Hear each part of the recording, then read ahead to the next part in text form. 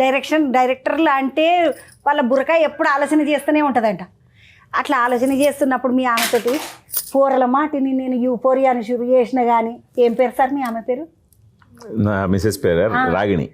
రాగిణి, పోరల మాటిని నేను యూఫోరియా చేస్తున్నా కానీ ఇది ఆడిపోతుండొచ్చు రాగిణి, ఏమైతుండొచ్చు రాగిణి అని ఎప్పుడన్నా అడిగిన అసలు అనలేదు. ఎందుకంటే మా అందరి ఆలోచన ఒకటే కదా, మేము నలుగురు ఇష్టపడి ఇది ఎలాగైనా ఈ సినిమా చెప్పాలి అన్న కంకణం కట్టుకునే మొదలెట్టాం కాబట్టి మాకు ఇది ఎప్పుడైనా ఎందుకు అనే ఆలోచన లేదు. ఇంకా ఇది ఎలా బెటర్గా తీయాలి, ఇంకా దీనికి ఏం చేయాలి, ఇదే ఆలోచన. నాన్న నువ్వు ఇప్పుడు అసిస్టెంట్ డైరెక్టర్గా కూడా చేసినావు కదా, ఎప్పుడన్నా మీ నాయన నీకు చెప్తే అర్థమైతే లేదా, దబ్బుకున్న చేయబట్టి అర్థం కాదా అని బెదిరించిన సందర్భాలు ఉన్నాయి? ఉన్నాయి. ఇప్పుడు చాలా అంటే వీళ్ళు అందరూ యంగ్స్టర్స్ జెన్జీ కిడ్స్ అందుకని చాలాసార్లు కాంప్రమైజ్ అయ్యేది మానిటర్లో. అంటే ఏదైనా ఆ క్యారెక్టర్కి అతను ఏంటి అలాంటి ఫోన్ వాడుతున్నాడు, ఆ ఫోన్ వాడకూడదు, ఇలాంటి ఫోనే వాడాలి, ఇవన్నీ మానిటర్ పక్కన కూర్చొని నన్ను తొలిచేసేది. సో సో అలా నిజంగా చాలా మంచి జరిగింది. చాలా విషయాల్లో చాలా ఆథెంటిసిటీ ఎక్కడ ఒప్పుకోదు. కొన్ని ఏదో సజెస్టివ్గా తీసుకుని వెళ్ళిపోదాం అంటే లేదు వాడు స్టూడెంట్ అంటున్నావు అండ్ క్లాస్లో కూర్చోబెట్టు, వాడు ఎగ్జామ్ రాయడం షార్ట్లు తీ, ఇలాంటివన్నీ ఉంటేనే మేము కనెక్ట్ అయ్యేది, వాడు స్టూడెంట్ అని ఇలాంటి డీటెయిల్స్ అన్నీ చెప్పి ఇంకా అసలు ఎక్కడా నా చేత కాంప్రమైజ్ కానివ్వకుండా తను అనుకున్న ఇది వీళ్ళందరూ మన జెన్జీ కిడ్స్ కదా దగ్గరుండి తీయించుకుంది. సార్ మీకు ఎప్పుడన్నా అనిపించిందా ఇద్దరు ఆడవిల్లలు కదా, నాకు ఇద్దరు కొడుకులు అయిన ఉంటే ఇద్దరు హీరోలను చేస్తుంటే అని ఎప్పుడన్నా? అసలు అనిపించలేదు, 1% కూడా అనిపించలేదు. వీళ్ళిద్దరు ఆడపిల్లలు అవటం, వాళ్ళ ప్రొడ్యూసర్లు అవటం ఇంకా ఆనందంగా ఉంది. వాళ్ళ హీరోయిన్ అయినా ఆనందమే, బట్ చెప్తున్నాను వాళ్ళ ఇష్టానికి వాళ్ళు ఏమవుతారో అదే మనం రెస్పెక్ట్ చేయాలి. అదే నియమం ప్రకారం కాదు, అది మా ఫ్యామిలీలో రాగిణి దగ్గర నుంచి నేను కూడా ఎప్పుడు పిల్లల్ని ఎప్పుడు రిస్ట్రిక్ట్ చేయలేదు. వాళ్ళ ఇష్టాలు ఏంటో ఆ ఇష్ట ప్రకారమే వాళ్ళు ఇప్పుడు లీడ్ చేస్తున్నారు. అమ్మ నువ్వు చదువుకునేటప్పుడు కూడా సార్ ఎప్పుడు అనలేదా ఇది కాకుండా ఇది చదివితే బాగుంటుంది వచ్చి బెటా? ఎప్పుడు అనలేదు. అంటే మంచి పెద్ద పెద్ద కాలేజెస్కి వెళ్ళి చదువుకోండి, మీకు మేము అవన్నీ కల్పించగలుగుతున్నాం కదా, మాకు డ్రీమ్ ఉండేది అలా వెళ్ళి ఫారెన్లో చదువుకోవటం, అది మీరు చేయండి అని అన్నారు అంతే.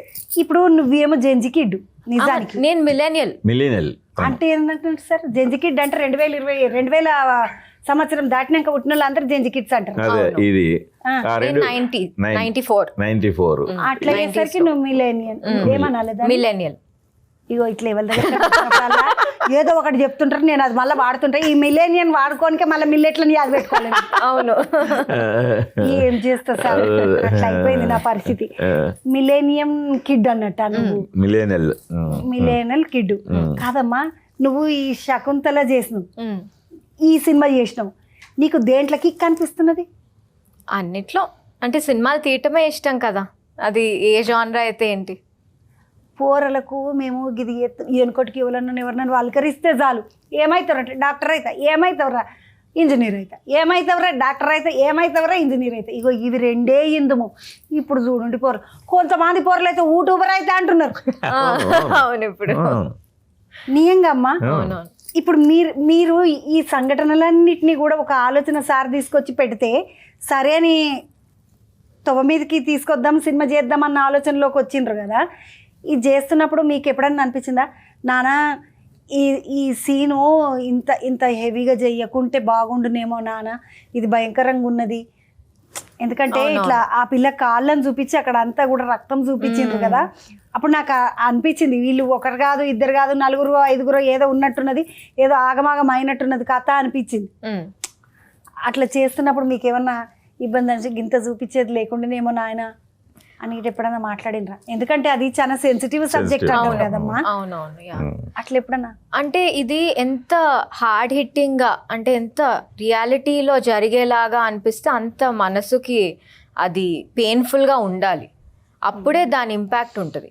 అందుకని దానికి నిజంగా నేను ఈ సందర్భంగా సారా అర్జున్కి కానీ ఈవెన్ భూమిక గారికి కానీ నేను నిజంగా థ్యాంక్ యూ చెప్తున్నా. ఎందుకంటే అంత పెద్ద యాక్టర్స్ అయి ఉండి వాళ్ళకి ఇలాంటివి ఎందుకు మీరు అన్నట్టు సెన్సిటివ్ సబ్జెక్ట్ చేస్తున్నప్పుడు వాళ్ళకి ఇబ్బంది ఉంటుంది, మళ్ళీ ఎలా పోర్ట్రీ అవుతుంది అన్న భయం ఉంటుంది. అలాంటివన్నీ దాటుకొని వాళ్ళు లేదు చెయ్యాలి, ఇలాంటివి చూపించాలి అని అనుకోవడమే నిజంగా గ్రేట్. అంటే మనం ఎంత రాగా తీసినానంటే మనం ఆ ఏస్థెటిక్స్ మెయింటైన్ చేసాం. అంటే ఎక్కడ మీకు జుగుప్స ఒక ఇది కనిపించదు. అది చాలా డీసెంట్ వేలోనే దాన్ని చాలా ఎంత హార్డ్ హీటింగ్గా ఉండాలో అంతే హార్డ్ హీటింగ్గా సజెస్టివ్గానే తీయడం జరిగింది. గుణశేఖర్ సార్ ఈ ముచ్చట చెప్పాలన్నా, ఎందుకంటే గుణశేఖర్ సార్ కున్న ఏమంటారు ఈస్థెటిక్స్ గురించి మళ్ళీ చెప్పాలన్నా సార్ మీరు. నాకు మనసుకు అనిపించింది, అంటే పిల్లలు కదా, చిన్న పిల్లలు. ఇప్పుడు మీరు ఇన్ని సినిమాలు చేసుడు చాలా మంచి క్వశ్చన్ అడిగారు. కానీ గుణశేఖర్ సార్ ఈస్థెటిక్స్ గురించి చెప్పుడు అంటే, ఈస్థెటిక్స్ అంటే తెలుగులో ఏమంటారు సార్? సౌందర్యంకి సంబంధించి, అంటే ఏదైనా విషయాన్ని చెప్తుంటే చాలా అందంగా తీర్చిదిద్ది చెప్పుడు అంటారు కదా, ఆ తీర్చిదిద్ది చెప్పుడు గురించి మీరు చెప్పుకోవద్దు సార్. మీ సినిమాలు చూసిన వాళ్ళం మేమంతా. కాదమ్మా, ఇటువంటి సినిమాలు చేసే మీ నాన్న ఈ సినిమా చేస్తుంటే నువ్వు ఎప్పుడైనా నాన్న నెక్స్ట్ సినిమా మనం కాకతీయ సామ్రాజ్యం అయిపోయింది, ఈసారి చోళ సామ్రాజ్యం షురు చేద్దాం అని అంటే one thing I like about Nani is that all of his films are different genres. ఒక దానికి ఎప్పుడు స్టిక్ కారు.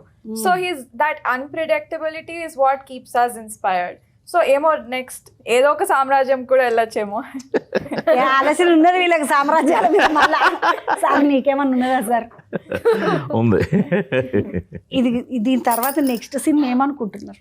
అదే అంటే నేనేంటంటే ఇప్పుడు ప్రస్తుతానికి అయితే మాత్రం ఈరోజు ఈ సినిమా ముఖ్యం.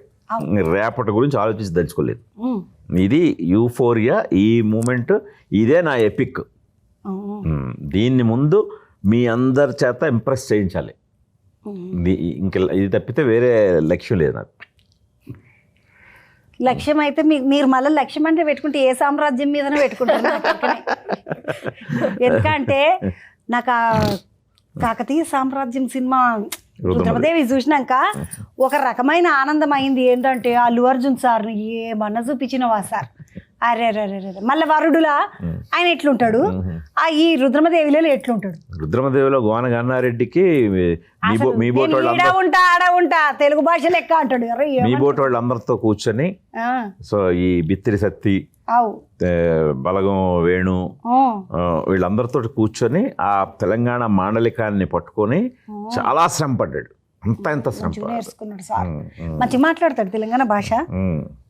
అల్లు అర్జున్ సార్ వీళ్ళ సపోర్ట్. వీళ్ళు పక్కన డబ్బింగ్ లో కూడా వీళ్ళిద్దరు పక్కన కూర్చొని చెప్పించారు సార్. మళ్ళీ ఏమన్నా ఆలోచన అల్లు అర్జున్ సార్ తోటి?